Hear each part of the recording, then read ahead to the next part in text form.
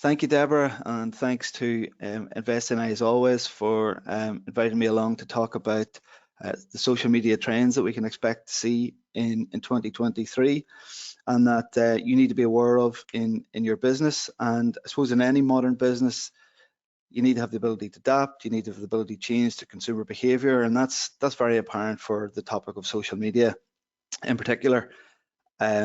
You know, a lot of it is driven by advancements in technology, online trends, but also we've seen over the last number of years crisis situations like the pandemic, you know, which has changed things like, you know, the rate of technological adoption, online behavior, and how we shop online and things like that. So some of the trends that we're going to discuss today, we have 7 to run through, and you know, we'll discuss how they can be important for your business and how you can utilize them.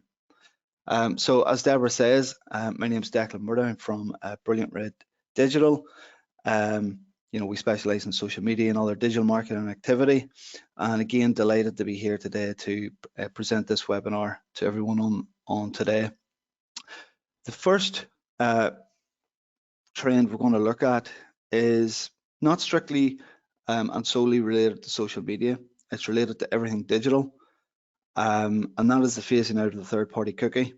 And it is projected by the end of 2023, we'll start to see the end of third-party cookie. And essentially, it's a piece of code or a snippet of code which is embedded on a site, but created by a different entity. So in essence, if I have my website and I've installed a Facebook pixel, for example, so the third-party cookie on Facebook is called the Facebook pixel, and that's a line of code that I embed on my website, which helps track users who have gone to my website, but also then visited Facebook.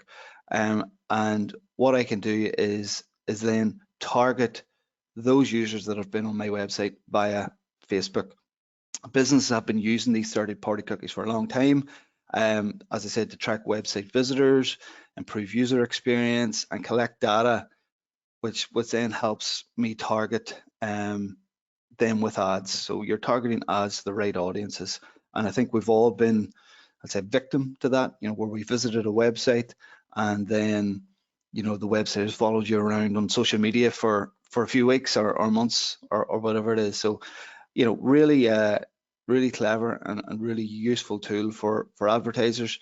But we've seen over the last number of years GDPR regulations coming in. We've seen Apple removing cookies as well, so they can no longer be tracked on the likes of Facebook and Safari browser and so on. But Google made this call, and you know, Google owns 80% of the search market, and they made the decision to stop using third-party cookies in their Chrome browser. Now, it has been delayed a number of times, but by 2024, so in essence, the end of 2023, you will see the end of third-party cookies. And a lot of the delay was, you know, Google wanted marketers, you know, more time to adjust their advertising approach, test out new ideas and how to track and target visitors with less intrusive advertising technology. So it was all essentially driven mostly by Google and also by legislation and by the consumers. So we've seen more and more users refusing to be tracked, using ad blockers, clearing history, doing various things because it became, I guess, quite invasive. So it was partly platform-led, partly legislation-led, but also consumer-led as well, which is important to remember. One statistic that's come out is that, you know, 70% of advertisers feel that digital advertising overall will take a backward step because we can no longer use the cookie. And you know, the clock is ticking, and you know, new alternatives must come to the fore sooner rather than later.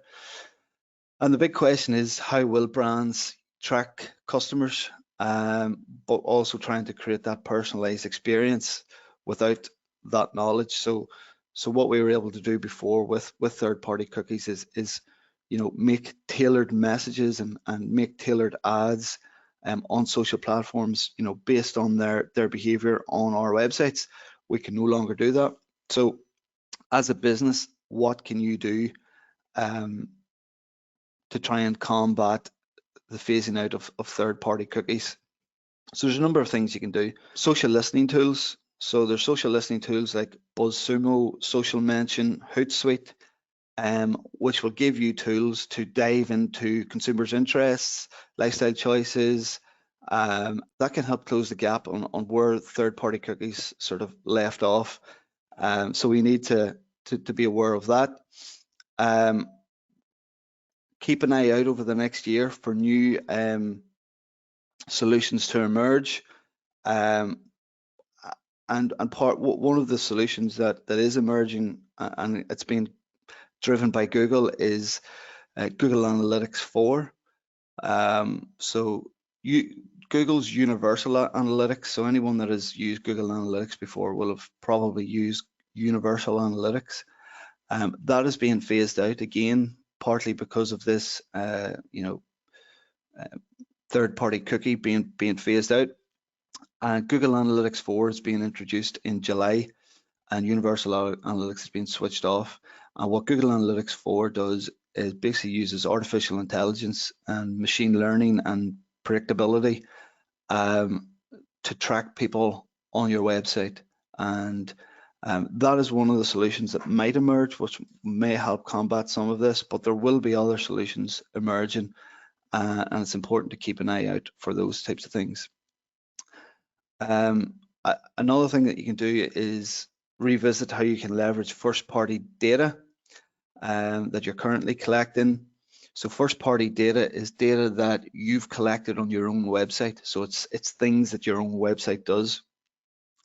And that's things like email addresses.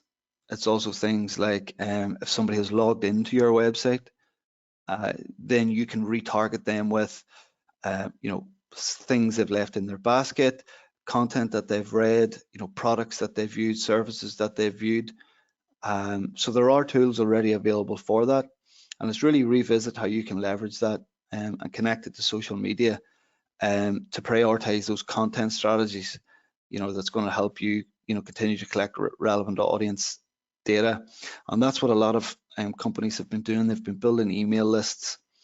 So, sign up to download this information, sign up to get the most exclusive offers, and then they're able to use those email addresses to target people on social media. So you can upload your custom list, your custom email list to social media, and then you'll be able to target them via their email addresses. So it's revisit how you do that. And Amazon are brilliant at that. They use a lot of first-party data. You log on to Amazon and they'll have suggested products and previously viewed products and things like that. So that's important.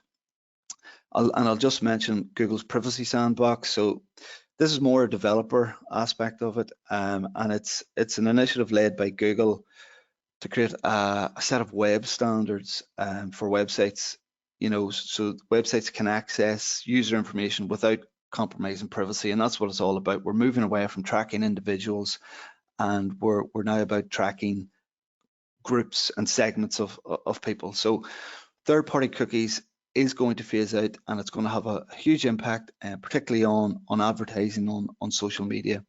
So it's just something to be aware of and something to bear in mind over the next 12 months.